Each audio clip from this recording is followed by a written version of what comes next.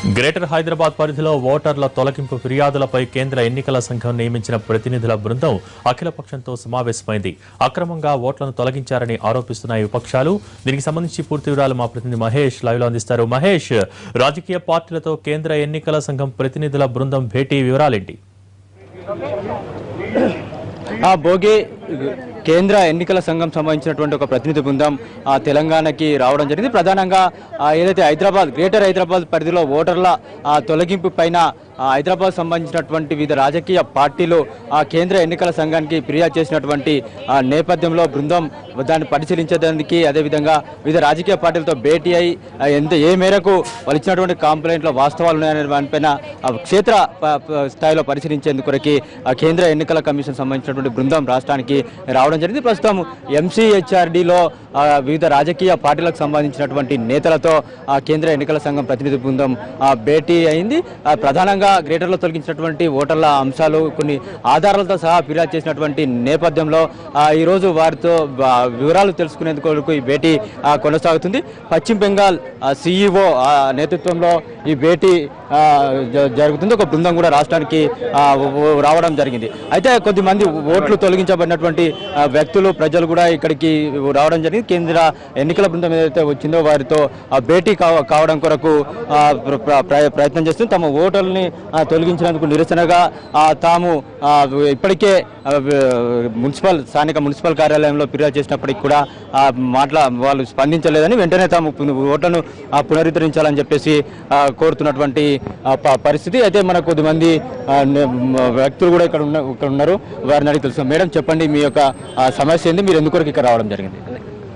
మేము Jubilee hills constituency Srinagar కాలనీలో ఉంటామండి.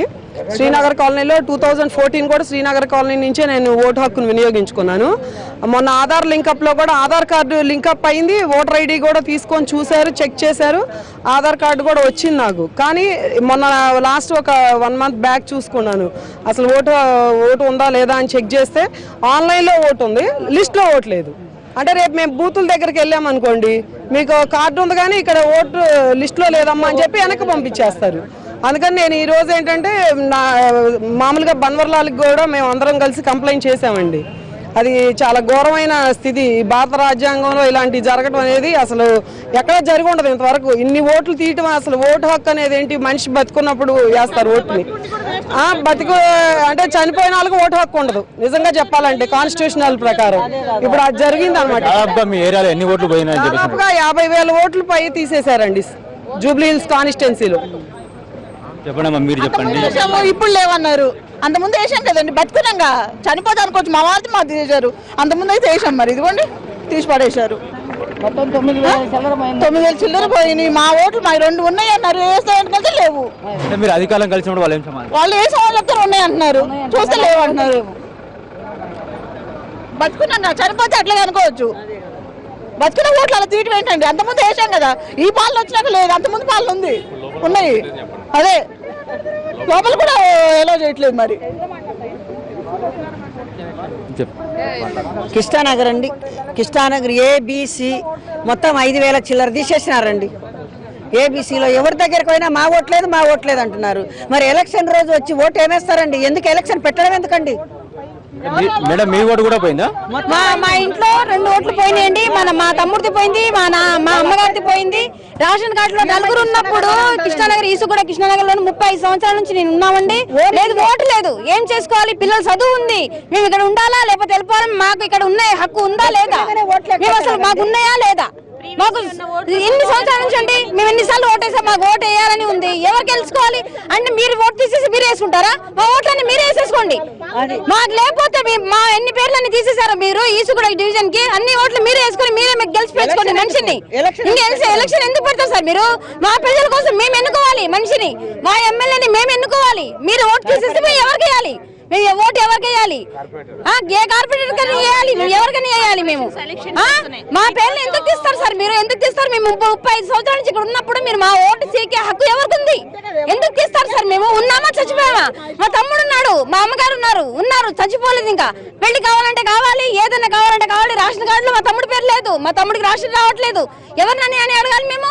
మా ఓటు హక్కు ఎందుకు తీసేశారు? మా ఓటు హక్కు కావాలి సార్. లేకపోతే ఓటు అంతా ఆపేయండి, ఎలక్షన్ ఆపేయండి. ఫస్ట్ ఎలక్షన్ ఆపేసి మా ఓటు ఓటు అందరికి ఓటు వచ్చినాక అప్పుడు ఎలక్షన్ పెట్టండి సార్. అప్పుడు దాకా మీరు ఎలక్షన్ పెట్టద్దు, అసలు ఎలక్షన్స్ పెట్టకూడదు. మా ఓటు అందరికి వచ్చినాక ఈసుగుడ్ డివిజన్ లో ఆ తర్వాత మీరు ఓటు హక్కు పెట్టండి. మీరు అధికారులను కలిసారా? అధికారులు ఏమన్నా కలిసామండి, ఉన్నాయని చెప్పారు, వస్తాయమ్మన్నారు. మేము ఓటు దగ్గరికి వెళ్ళాము, మా పేరు లేదు లిస్ట్ లో, మా పేరు లేదు. ఎందుకని తీసేస్తారు సార్? ఎందుకు తీస్తారు? మేము ఓటు మేము వేసుకోవాలి, మేము మనిషిని గెలిపించుకోవాలి. మా మనిషి ఎవరు కావాలో మాకు తెలుసు, అది మాకు మంచిగా చేసేవాళ్ళు మేము గెలిపించుకుంటాము. మేము ప్రజలందరికీ తెలుసు మాకు ఎవరు కావాలి. ఓటు లేదు మేము ఎవరు చెప్తాం సార్? మేము ఎందుకని చేస్తారు మా పేరు? మీరు చెప్పండి. మాధవి అండి, ఒక 25 ఇయర్స్ నుంచి సేమ్ ఉన్నాం. మేము అదే హౌస్ లో ఉన్నాము. 2014 నుంచి మా ఎలక్షన్స్ లో మా ఓట్ లేదన్నారు. ఆ బూత్కి వెళ్ళండి, ఈ బూత్కి వెళ్ళండి అన్నారు. ఎక్కడికి వెళ్ళినా no result. Even the last ఇచ్చిన స్టేట్మెంట్ ఏంటంటే మీది ఆధార్ లో లింక్ లేదన్నారు. But Aadhaar link was also it was there. మాకైతే ఓట్ లేదు, మా హస్బెండ్ ఓటు కూడా మిస్ అయింది. వితౌట్ ఓటు లేని టైంలో మేము ఏం చేయగలుగుతాం? ఏదైనా కావాలంటే ప్రతి దానికే ఐడెంటిఫికేషన్ ఓటర్ లిస్టే అడుగుతున్నారు. నవ్ డేస్ ఈవెన్ పాస్పోర్ట్ అయితే ఈజీగా వచ్చేస్తుంది. ఓటర్ లిస్ట్ లో మా లేనిది మేము ఎలాగా? ప్రతి దానికి రిక్వైర్మెంట్ ఇస్ ద కార్పొరేట్. రేపు ఎలక్షన్స్ వస్తున్నాయి, మేము ఎలా ఎంచుకోగలుగుతాం? మా గవర్నమెంట్ అధికారులను కలిసినప్పుడు మీరు మీకు ఏం సమాధానం చెప్పారు? ఇప్పుడు మీరు మీ డిమాండ్ ఏంటి? మేము పంపిస్తున్నామండి అన్నారు. కలవండి, పంపిస్తున్నాము అన్నారు. మున్సిపాలిటీలో కూడా వెళ్ళి కంప్లైంట్ చేసుకున్నాము. మా ఓటర్ లేదు సార్ అంటే వస్తుందమ్మా అంటారు. Same answer they are giving. Election అయిపోయిన తర్వాత ఓట్లు వచ్చినా మాకు ఉపయోగం ఉండదు కదా సార్. మాకు 2014లో ఏ లిస్ట్ అయితే ఉందో అదే ప్రాసెస్ నడిపించాలండి, అది మా కోరిక. చాలా మందికి ఇప్పుడు సేమ్ మా కాంపౌండ్ లో ఉండే వాళ్ళకి we lost 30 votes in the same compound, but we are there in the past 20 years. We are there in the same compound, in the same that previously it was there, but now it was not there in 2014 onwards. And that time we lost, we catch the each and every booth, but they said your vote was not there.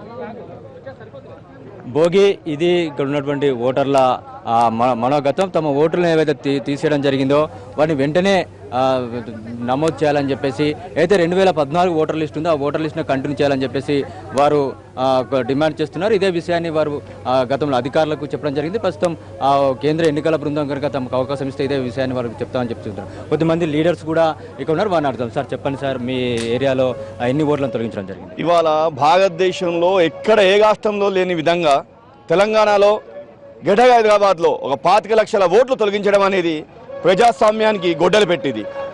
ఇలాంటిది ఒక 1000 మంది మహిళలు ఈరోజు central commission నుంచి, election commission నుంచి ఇక్కడ వెంకయ్యకి వస్తే నిన్నటిదాకా ఉన్న సోమేష్ కుమార్ని ఉన్నట్టుండి ట్రాన్స్ఫర్ చేయడము, నవీన్ మిట్టల్ని ట్రాన్స్ఫర్ చేయడము, ఈ ప్రభుత్వం ఒక లక్ష్యం ఏదైతే ఉందో ఒక 25-30 లక్షల ఓట్లు గడ్డ హైదరాబాద్లో తొలగించడం అనేది ప్రజాస్వామ్యానికి గొడ్డలు పెట్టాను మేము ఈ సందర్భంగా చెప్తా ఉన్నాము.